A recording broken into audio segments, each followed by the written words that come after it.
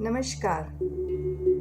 आज मैं जिस विषय पर बात करने जा रही हूँ वह इस जगत और जगत की सभी वस्तुओं और हमारे जीवन और हमारे जीवन से जुड़ी हर चीज़ का आधार है। एब्सोल्यूट ट्रुथ, रियलिटी या वास्तविकता अनंत है, मैनीफोल्ड्स हैं। इसके अनेक पहलू या दृष्टिकोण होते हैं। उसे एक दृष्टि या पहलू से ही देखने पर हम पूर्ण सत्य तक नहीं पहुंच पाते। इस जगत में अनंत पदार्थ, वस्तु या द्रव्य हैं और उनमें अनंत शक्तियां हैं जिन्हें हम कैरेक्टरिस्टिक्स या फीचर्स कहते हैं। कुछ शक्तियां विरोधाभास से रहित या निरपेक्ष यानी इंडिपेंडेंट हैं, जैसे आत्मा के ज्ञान, दर्शन, सुख आदि गुण और पुद्गल यानी मैटर के रूप, रस, गंध आदि गुण। कुछ शक्तियां परस्पर विरोधी यानी कॉन्ट्रडिक्टरी या सापेक्ष प्रतीत होती हैं, जैसे सत असत, नित्यता अनित्यता, भिन्नता अभिन्नता आदि। अतः वस्तु अनंत गुणों और परस्पर विरोधी गुण धर्म से युक्त होती है। इसी को अनेकांतवाद, थियोरी ऑफ रियलिटी, रिलेटिविटी या प्लुरलिज्म कहा जाता है। इसे एक मज़ेदार कहानी से सरलता से समझा जा सकता है। एक समय एक गांव में 6 दृष्टिहीन व्यक्ति रहते थे। तब गांव में एक हाथी आया तो इन युवकों को हाथी कैसा होता है जानने की उत्सुकता हुई। वे हाथी के पास गए और उसे छूकर महसूस करने लगे।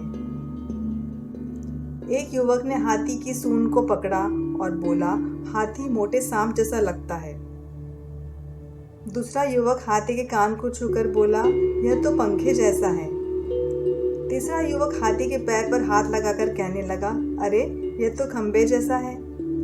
चौथे युवक ने हाथी की पूंछ को पकड़कर उसे रस्सी जैसा बताया। तभी पांचवा हाथी के पेट को छूकर उसे दीवार जैसा बताने लगा। वहीं छठे युवक ने हाथी के दांत को छूकर उसे भाले यानी स्पीयर जैसा बताया। वे सभी आपस में आर्ग्यूमेंट्स कर अपने आप को सही बताने में लग गए। वास्तव में सभी युवकों के अनुमान अपने आप में सही थे, लेकिन उन्होंने पूर्ण सत्य के एक ही अंश का अनुभव किया था और हाथी उन सभी के अनुभवों का मिला जुला स्वरूप था। अनेकांत कहता है, सत्य को एक दृष्टि या पर्सपेक्टिव से मत देखो। जो व्यक्ति अपने विचार की सत्यता को जानते हुए अन्य विचारों के प्रति भी सापेक्ष दृष्टिकोण रखता है, वह एब्सोल्यूट ट्रूथ तक पहुंच जाता है। मैं जो सोचता हूँ वही सत्य है, यह जिद व्यक्ति को सफल नहीं होने देती। हर विचार आंशिक रूप से सत्य है। मैं सही हूँ इसका अर्थ यह कतई नहीं है कि सामने वाला गलत है। Human knowledge is relative, conditional and judgemental. इसे हम एक और उदाहरण से समझते हैं। एक ही व्यक्ति अपने पिता की अपेक्षा से पुत्र है, अपने पुत्र की अपेक्षा से पिता, अपनी बहन की अपेक्षा से भाई, अपनी पत्नी की अपेक्षा से पति और अन्य रिश्तों की अपेक्षा से कुछ और रूप है। इसमें कोई विसंगति नहीं है। कोई भी वस्तु उत्पाद, व्यय और द्रव्य से मुक्त नहीं है। अर्थात हर वस्तु उत्पन्न होती है, नष्ट होती है और किसी रूप में नित्य रहती है। जैसे पानी कभी बर्फ बनता है, कभी भाप तो कभी ओस। उसकी स्टेट्स बदलती है, लेकिन वह अपना गुण नहीं छोड़ता। सत्य हमेशा पूर्ण, कंप्लीट, होल और एब्सोल्यूट होता है।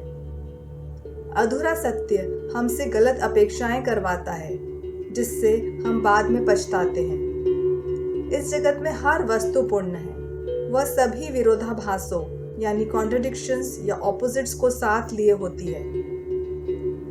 वस्तु का सम्यक बोध करने के लिए उसे द्रव्य, क्षेत्र, काल और भाव, इन 4 दृष्टियों से जानना जरूरी है।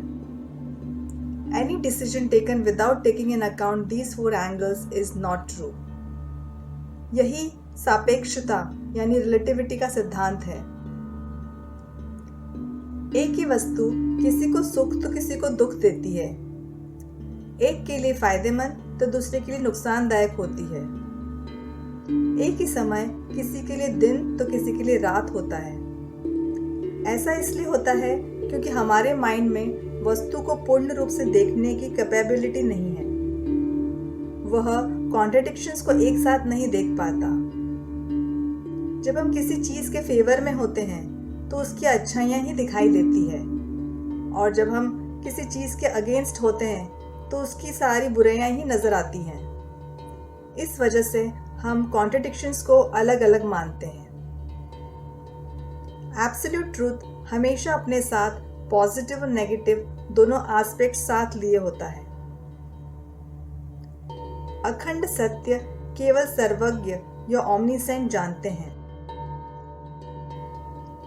क्योंकि उन्होंने सम्यक दर्शन, सम्यक ज्ञान और सम्यक चारित्र यानी राइट विजन, राइट नॉलेज और राइट कॉन्डक्ट की साधना की और सिद्ध, बुद्ध और मुक्त बन गए।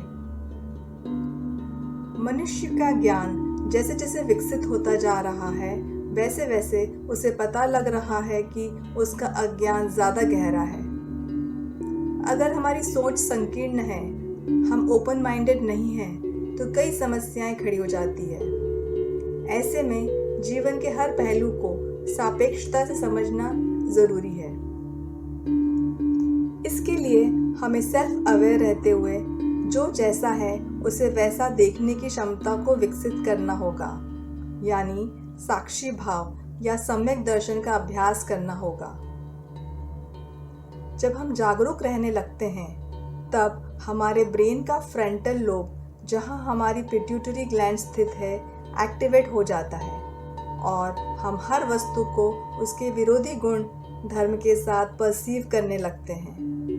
अब हम किसी भी निष्कर्ष या डिसीजन पर पहुंचने से पहले उसके सभी पहलुओं या एंगल्स को सम्यक रूप से देख पाते हैं और क्लैरिटी से निर्णय कर पाते हैं। तब हम शांत और सुखी रहते हैं और हताशा और दुख से बच जाते हैं। अनेकांत हमें जीवन के प्रति नया दृष्टिकोण देता है और हमारे जीवन की हर फील्ड में क्लैरिटी लाता है। विश्व से सभी वाद जैसे आतंकवाद, जातिवाद, नस्लवाद, उग्रवाद आदि समाप्त हो सकते हैं अगर हम अनेकांतवाद को सही रूप में अपना लें।